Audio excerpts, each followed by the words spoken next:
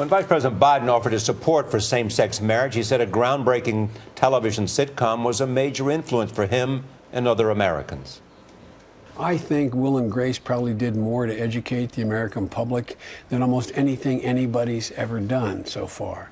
And I think that people fear that which is different. Now they're beginning to understand. With us now is Max Mutchnick. He's the Emmy Award-winning co-creator of Will and Grace. Good morning to you, Max. Good morning. Nice to be here. So when you heard Vice President Biden say that the other day on Meet the Press, because it's my understanding you didn't start this show out as a social and political commentary. We are not activists in any way whatsoever. My writing partner of 22 years, David Cohen, and I wrote this show because it was a story that we were familiar with, and it was a story that we were living, and it was really just a happy accident that there was, or that there turns out to be some social impact to this show. I mean, but our job was only to make people laugh and to entertain as many people as we could. Despite what the Vice President said, do you believe it had a significant impact?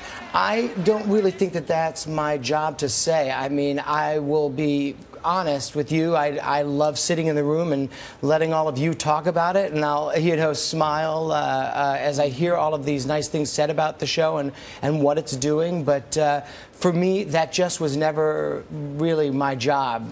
My job was never to teach. I just lucked out that the thing that I was the most interested in ended up having an impact. And you're pleased with what the president said? I'm very happy with the president. I mean, I think that, it extends his message of hope, and, there are little boys out there who now not only get to dream that they will someday be president, but they get to dream that someday that little boy can marry a president. It was interesting, though, Max, because earlier this week you were very critical of him because you said he's evolving, and that just didn't sit right with you. Yeah. So when you heard that he made the announcement, your initial reaction was what? Were you thinking? I mean, I was pleased with him because I thought that the president was speaking his truth.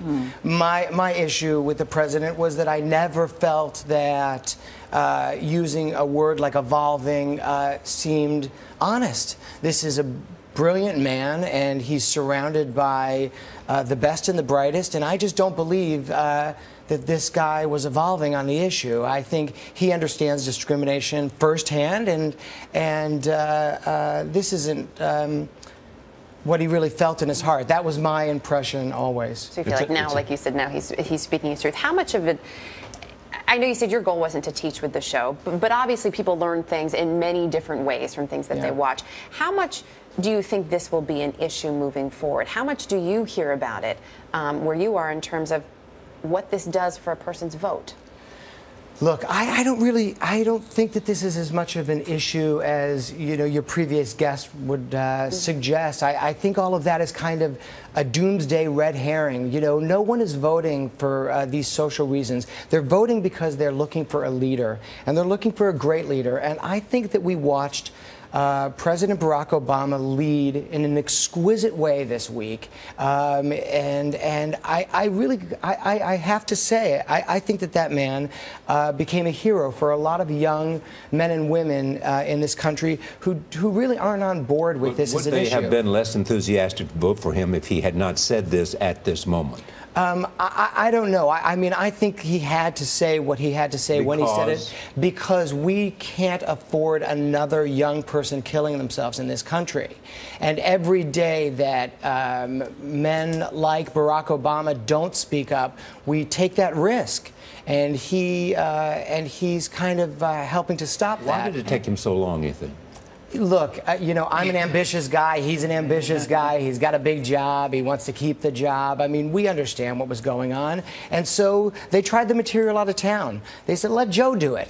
They deny that, Yeah, I was just going to say. Excuse me? They emphatically deny that. Yes. That they set him up to do that. They say that, in fact, what he said forced them to make a decision that they hope to make later approaching the convention.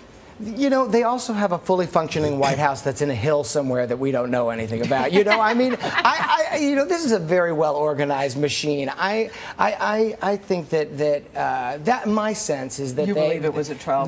But Max, half the country still isn't there. You look at the polls; it's still half and half. What happened in North Carolina recently? Yeah, I think that's a shame. To that, you say what? I say that I think a lot of these people are going to regret the position that they're taking right now, and I think they're going to look back on this and